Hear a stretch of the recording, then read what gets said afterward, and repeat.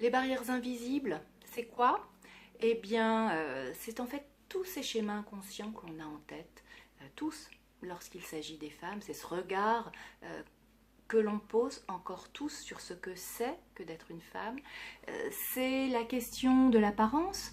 On sait à quel point elle est encore centrale dans la vie des femmes partout sur notre planète et le regard critique négatif posé sur le corps, lorsqu'on sait que moins de 5% des femmes se plaisent, eh bien il ne faut pas imaginer qu'il s'arrête au corps. Le regard critique posé sur le corps, eh bien il se généralise et il finit par englober de très nombreuses dimensions.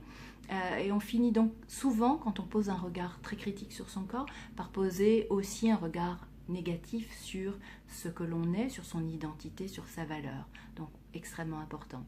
Les relations aux autres, elles prennent une place énorme dans l'espace mental des femmes. C'est une très bonne chose sur le plan de la société, bien sûr. Au niveau de l'individu, au niveau individuel, on voit encore trop fréquemment que les femmes ont du mal à prendre conscience de l'importance de leurs priorités, de leurs objectifs, de leurs valeurs.